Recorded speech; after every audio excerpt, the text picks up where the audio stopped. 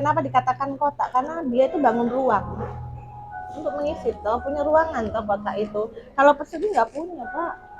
Makanya ini persegi, title itu persegi bukan kotak. Kalau kotak, kotak pensil ya kan untuk mengisi pensil, nah seperti itu. Contohnya, hai bro gitu ya. Kayak gitu juga sih barang. Ambil minum putih itu. Ketika saya colok aliran tersebut, terus akhirnya lampunya nyala. Itu kan nggak kelihatan, cuman colok tapi kelihatannya langsung nyala. Kenapa? Coba kamu pegang. Apakah kamu merasa? Kira-kira manusia berpindah atau bergerak? Menurut Bergerak. bergerak. Iya. Bukan berpindah. Berpindah, cuman kan alam dunia pindah ke alam akhirat. tidak. Bu Hilda ya, tapi Iya. biasanya kan panggil Bunda Hilda. Iya, boleh Bunda, boleh. Anak-anak Oh ya, di Bunda sekolah Hilda. juga sudah mulai bunda-bunda juga. Ngajar SMK atau SMA kan Bunda Hilda? SMK. Kebetulan yang saya ajar ini mapelnya itu mungkin banyak tidak disukai anak-anak.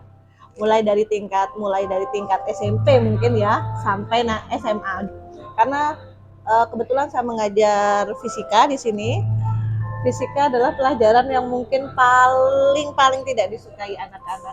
Dulu Bunda Hilda sekolah ketat nggak? Kalau saya sendiri sekolah itu merasa ya sedikit ketat, tapi ya saya merasa nyaman karena apa yang diberikan guru di sekolah itu baik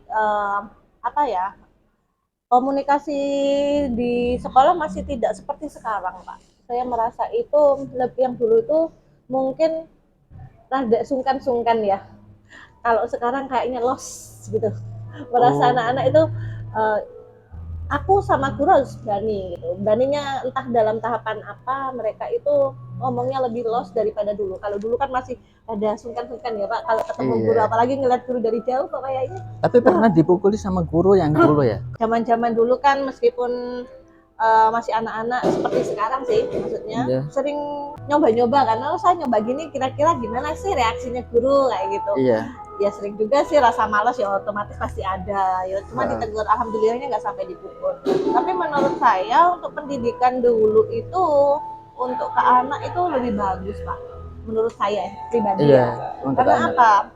Satu, attitude anak terbentuk di situ.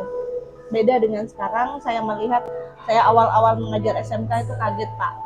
Saya masuk itu saya langsung dikasih kelas yang notabene siswanya semuanya laki-laki. Kebetulan jurusannya itu adalah motor. Oh motor, pantesan. Ya. Kok tuh semua ya, kok kayak gini ya loh. Saya cuma sendirian merasa kayak gimana gitu loh. Tapi ya lambat laun berjalannya waktu saya bisa beradaptasi lah. Karena memang saya masukkan jurusan SMK yang kebanyakan laki-laki. Tapi ada perempuan ya? Ada. Itu untuk jurusan-jurusan tertentu. Ini jurusan-jurusan seperti TKR ada perempuannya tapi cuma sedikit Pak. Kadang maksimal itu 2 sampai 3 satu kelas itu. Oh maksimal 2 sampai 3. Iya. Oh dulu pernah menjadi murid, sekarang udah menjadi guru ya kan? Sekarang udah menjadi guru. Apakah Bunda Hilda itu di saat mengajar itu apakah memang harus ditekan atau harus di-los anak-anak zaman now sekarang? Kalau zaman anak sekarang ya Pak, anak-anak itu kebanyakan kalau kita tidak memberikan rasa nyaman di kelas, otomatis anak-anak kan merasa konsopo bahasa Jawanya gitu. Aku loh ndek kene bayar, modelnya anak sekarang segitu Pak. Apalagi anak SMK. Kalau kita nggak bisa menengahi, ambil tengahnya lah istilahnya, nggak terlalu ke bawah, nggak terlalu ke atas. Aku lo gurumu, aku tuh ngene-ngene nggak bisa Pak kalau sekarang. Jadi kita memposisikan mereka itu, kalau saya pribadi kalau saya mengajar waktu awal kelas itu perkenalan, saya bilang anak-anak ibu mohon kerjasamanya ya. Kita di sini biar sama-sama enak. Kalian enak, ibu juga enak. Kalau kalian itu care sama ibu, ibu jauh lebih care sama kalian. Kalau kalian itu mau nurut ibu, kamu minta apapun akan ibu kasih gitu. Istilahnya seperti itu. Kamu di sini tuh tuan rumah, jadilah tuan rumah yang bagus, yang baik, yang sekiranya tamunya tuh betah di kelas ini. Jadi ada timbal balik sama anak-anak. Jadi anak-anak merasa, lu kok merasa tidak tertekan, tapi nyaman gitu loh Pak. Iya. Saya juga ngingetin kalau ketemu guru, nggak boleh menyapa guru itu seperti menyapa teman. Kalau dia muslim ya salam, kalau dia non muslim ya selamat pagi, siang, malam. Mau tunduk sama guru itu orang tuamu yang di sekolah. Beda Iya. sama anak-anak sekarang, saya merasakan itu Pak. Jadi menyapa guru tuh kayak menyapa teman. Contohnya, hai bro gitu ya. Kayak gitu juga sih barang. Bu, anu kayak apa ya? Apalagi kalau kalau Pak Udin di tingkat SD kan kecil ya Pak, otomatis anak-anak tahu semua. Itu Iya, guru agama, ini gini itu pernah ngajar saya. iya. Kalau di SMK Pak, kalau guru nggak ngajar di kelas itu, seperti Oh. orang nggak kenal, jadi nggak nyapa kayak ya dia bukan guruku, dia lo nggak ngajar aku, ngapain saya harus sampai. Jadi saya nggak berhenti ngingetin sama peserta didik yang lain yang saya ajar khususnya. Nah, di sekolah ini itu semua guru kamu, baik yang mengajar kamu maupun tidak, itu adalah guru kamu. Iya, Jadi sapalah, minimal senyum. iya. Kalau kalau mungkin Pak Udin kalau ke tingkat SMA atau SMK nggak ngajar kelas itu paling loh kok Kaget. kayak Oh nggak iya. kenal, asing gitu loh, Iya, karena memang heeh. nggak ngajar di kelas gitu. Sambil minum putih itu. Kalau saya ngerasain pas waktu ngajar SD tidak ada keinginan untuk menjadi seorang guru. Sama Pak, Oh, sama berarti. enak ya kantoran, ini sekian gajinya gitu ya Pak ya. Itu dulu. Tapi beda dengan sekarang. Iya. Ketika saya udah merasakan begitu nyaman menjadi seorang guru, dan saya bandingkan dengan teman-teman yang sudah menjadi pekerja kantoran. Ternyata pekerja kantoran itu sangat sibuk dengan komputer dan bahkan kan masuk mungkin jam 7 kurang. Ketika ada jam tambahan, terus lembur, itu sampai jam 9 bahkan 10 malam. Setiap hari bukan bersama komputer, laptop, tapi setiap hari bersama anak-anak kan bisa bercanda. Kita sebagai seorang guru harus mencontohkan terlebih dahulu. Betul, Pak. Ketika saya sebagai guru, setiap kali saya masuk di kelas itu kan tanya, sudah sholat subuh apa belum? Daripada tinggalkan sholat, lebih baik kamu sholat dulu.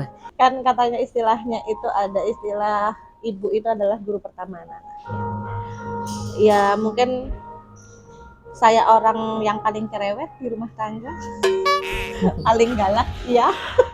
Itu sudah biasa karena kan perempuan lah, seorang wanita kan wajar. Tapi kalau yang laki-laki harus itu Pak. Saya menanamkan attitude ke anak-anak itu nomor 1, penting sekali menurut saya pribadi. Karena yang dulu ditanamkan orang tua saya juga seperti itu, guru-guru saya juga seperti itu. Harus ditingkatkan lagi, saya bilang ke anak-anak. Makanya itu yang pertama, nak, gurumu itu orang tuamu di sekolah. Yang baik diambil, yang enggak jangan.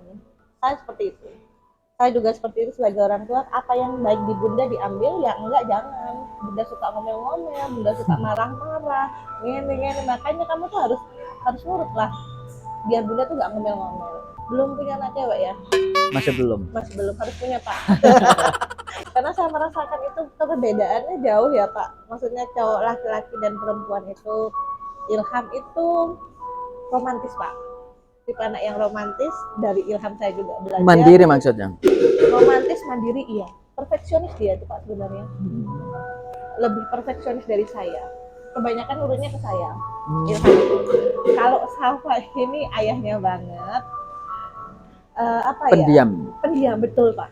Introvert saya kalau mengatakannya introvert. Jadi di sekolah ya diam, di rumah ya seperti itu Pak. Iya, tapi kan ketika anak seperti itu yang pendiam, itu bukan berarti itu pasif, enggak. Iya benar. Karena nanti kita nggak tahu. Menurut saya guru TK, guru SD itu saya tuh salut. Kenapa salutnya? Semua dididiknya dari situ loh Pak. Iya benar kan? Guru SMK, SMA menerima hasilnya dari SMP. Oh seperti ini. Lalu SD-nya bagaimana? Nah itu. Jadi saya benar-benar salut sama guru SD, sama guru TK. Masya Allah pokoknya. Tanpa sadar saya udah mengetahui ternyata ngajar SMK itu seperti itu. Gitu. Kita perlu masuk Pak ke dunia mereka. Kalau SMK ya, merasa kita itu berada sama seperti mereka. Apakah mungkin Bunda Hilda itu harus langsung mendatangi anak tersebut? Jadi kan mereka itu taraf dari anak-anak ke remaja ya Pak, untuk yang kelas 10 ya. Yang kelas 10 SMK itu taraf di mana anak-anak menjadi remaja. pengen dimanja, pengen diperhatikan itu masih ada. Terus mengajarkan mereka mandiri, beradaptasi itu harus juga Pak. Karena kalau SMK kita kan nggak mungkin kan harus, nah kamu harus istilahnya anak harus disuapin ya kan. Iya. Tapi kan kalau sudah SMK harus sudah mandiri gitu loh. Nanti mereka di kelas 12 mau ke kuliah, jenjang kuliah itu harus lebih mandiri lagi. Dosen malah lebih tidak memperhatikan Iya, seperti anak sama SMK. sekali benar, Iya Pak. benar kan, sudah sendiri-sendiri. Kamu mau lulus, kamu mau tidak lulus, kamu tetap lama di sini atau enggak itu sudah pilihan mereka gitu loh. Saya mengajarkan itu ke anak-anak. Oke lah, sekarang kamu ibu suapin, istilahnya seperti itu. Tak suapin dulu, gini loh nak, caranya seperti ini. Kamu boleh nonton di Google, karena mungkin kamu lebih percaya di Google, tapi tolong hargai guru kamu yang memberikan ilmu. Pelajari dulu, seenakmu dulu, nyamannya seperti apa. Makanya mungkin Pak Udin lihat status saya, anak-anak sambil tidur blosot-blosot, saya biarkan memang. Iya, yang penting kan efektif.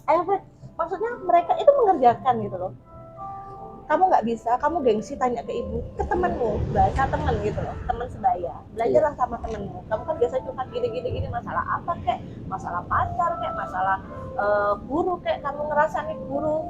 Belajar seperti itu selama kamu tuh nyaman mengerjakan soalnya, monggo. Fisika yang saya coba, yang saya nggak tahu loh Pak, baru sadar itu setelah membuat proyek diminta sekolah menciptakan proyek untuk pelajaran fisika itu. Saya membuat yang namanya ular tangga raksasa. Ukurannya besar, 3 meter kali 3 meter untuk papannya itu. Tapi di dalamnya itu adalah materi-materi fisika. Dan bidaknya untuk dijalankan itu sesuai jurusan. Misalkan jurusan permesinan. Iya. Itu ada paku, ada baut, ada mur, itu dibuat anak-anak. Kalau jurusan RPL atau TKJ ada MOS, ada USB, iya. ada monitor, ya itu. Jadi anak-anak happy mainnya, jadi bermain sambil belajar. Kalau fisika dibuat menonton, memperhatikan guru, materinya seperti itu, ambiar.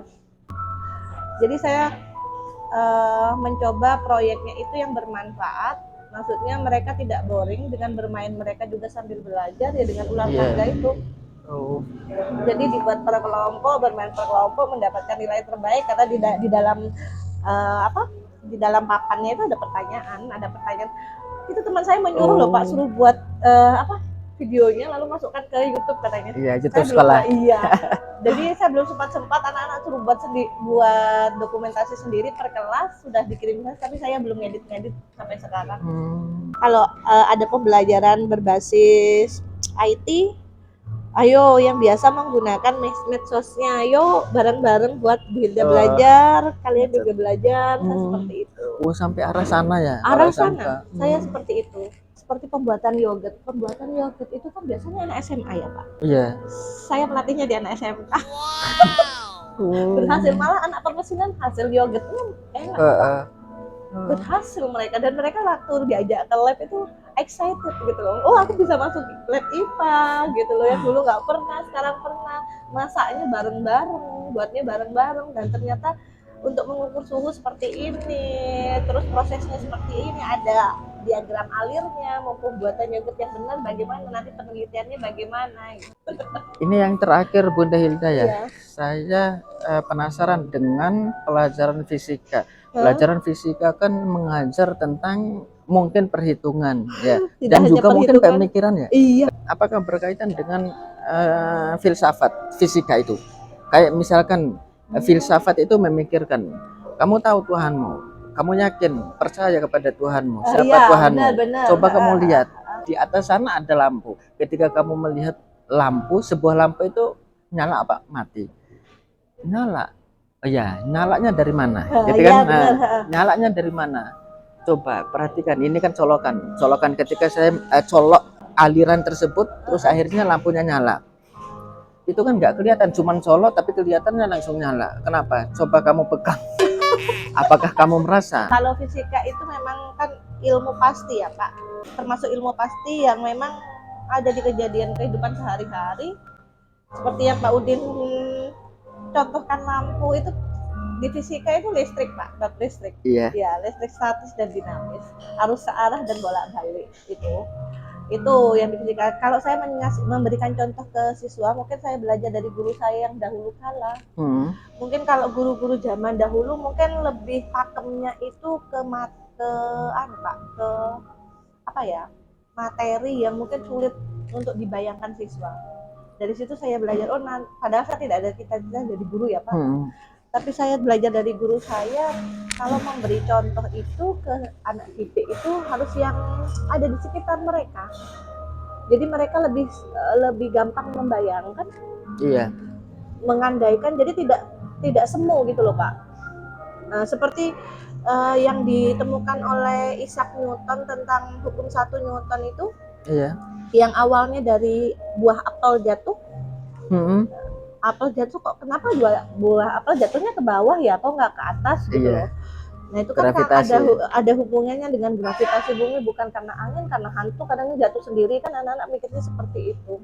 Saya juga seperti itu ke anak-anak. Ibu juga tidak mau memberatkan beban pikiranmu. Fisika sudah berat dengan rumus-rumusnya yang mungkin membuat kalian itu enak, pengen apa, sampai anak-anak ketawa. Bener Bu, siapa sih Bu yang menciptakan rumus-rumus ini? Nah, Ibu juga bertanya, siapa sih kok ada ya, ngapain tuh gitu loh, dihitung-hitung kayak kecepatan benda, terus beban yang membuat kamu stres, itu pakaian gaya gitu. Bener Bu, nah itu ngapain tuh? Nah itu nanti ada, nah kamu ada di sisi lain, nanti kamu yang akan mengingat tentang pelajaran fisika, oh aku harus seperti ini, oh aku harus seperti itu. Jadi saya kalau memberikan contoh di kelas itu, contoh yang ada di sekitar mereka. Jadi mereka bisa membayangkan gitu loh Pak. Oh ternyata benar. Nah itu pohon itu berpindah apa bergerak? Kira-kira menurut Pak Udin bagaimana? Bergerak. Iya, tapi nggak pindah. Bisa Pak, pindah. Kan diangkat sama orang. Iya. Anak-anak sampai segitunya loh Pak, kalau dikasih perbedaan antara pindah dan bergerak. Kira-kira manusia berpindah atau bergerak? Menurut Bergerak. Bergerak. Iya. Bukan berpindah. Berpindah, cuman alam dunia pindah ke alam akhirat. Tidak. Nah itu Pak perbedaannya di fisika. Serunya di situ. Jadi anak-anak, oh iya ya Bu gitu. Kalau bergerak itu belum tentu berpindah loh Pak. Kita loh bergerak Pak, kan nggak berpindah. Tapi kalau berpindah sudah otomatis bergerak. Contoh ini kan dari posisi awal ya. Iya. Ini pindah ke atas saat kita ngangkat. Dari posisi awal posisi akhir itu berpindah Pak. Kalau bergerak seperti kita itu tidak. Kalau istilah gini loh Pak, kalau bergerak itu tidak disertai oleh perpindahan tempat. Contoh. Kalau kita bergerak di sini, kursi kan tetap ada di kursi, meskipun bergerak. Iya. Tidak berpindah tempat. Oh gitu, bergerak. Itu bergerak. Kalau berpindah, otomatis kan bergerak Pak. Langsung loncat. Betul. Dari duduk kita berdiri ke sana, jalan menuju ke sana itu sudah berpindah. Gitu. Jadi oh iya ya Bu, bergerak belum tentu lah. Kamu garuk-garuk, kamu bergerak apa berpindah? Bergerak Bu, betul. Berpindah enggak. Jadi kalau bergerak itu belum tentu diikuti oleh perpindahan tempat. Gitu. Sedangkan yang naik mobil, Pak Udin pernah nggak ada di atas kendaraan terus tiba-tiba kayak padahal mobil kita diam loh ya? Iya. Tapi kayak mobil sebelah bergerak, kayak ikutan bergerak ya? Iya. Itu di fisika juga ada Pak. Itu gerak semu namanya. Semut. Ya beginilah Pak, kalau digambarkan fisika itu banyak, makanya membuat anak-anak kalau tidak memberikan contoh yang relevan itu sulit. Tapi kalau mereka diberikan contoh di sekitar kita, seperti contoh, Pak menurut Bapak tekel ini kotak apa persegi. Ya? Apa persegi, apa kotak ya menurut Bapak? Ngomongnya apa Pak? Persegi 4. Persegi 4, bukan kotak ya Pak? Oh ya kotak. Kan dalam kotak. Salah. Pak Udin nyebutnya teknik kotak apa persegi? Pak Udin kalau beli kotak nasi kan nggak mungkin bilang persegi nasi. Oh iya ya. Iya kan kotak itu Pak, itu kan masuk. Kenapa dikatakan kotak? Karena dia itu bangun ruang untuk mengisi toh, punya ruangan toh kotak itu. Kalau persegi nggak punya Pak. Makanya ini persegi, tekel itu persegi bukan kotak. Kalau kotak pensil ya kan, untuk mengisi pensil, nah seperti itu. Iya. Bedanya jadi anak-anak beda. Kalau selama ini, Bu itu tekel itu kotak Bu, nggak bisa seperti itu. Kotak itu bangun ruang. Jadi fisika itu Pak perpaduan antara matematika dan fisika. Orang fisika katanya sih orang fisika sudah pasti tahu matematika, tapi orang matematika belum tentu tahu fisika. Oh, berarti yang tahu fisika sudah tahu matematika. Iya. Tapi Kalau saya matematika itu belum. tergantung orangnya sih menurut saya, tapi kata dosen saya pernah menyinggung gitu. Orang fisika itu sudah pasti tahu matematika, tapi orang matematika belum tentu tahu fisika. Oh, iya iya iya. Seperti itu ternyata. Asia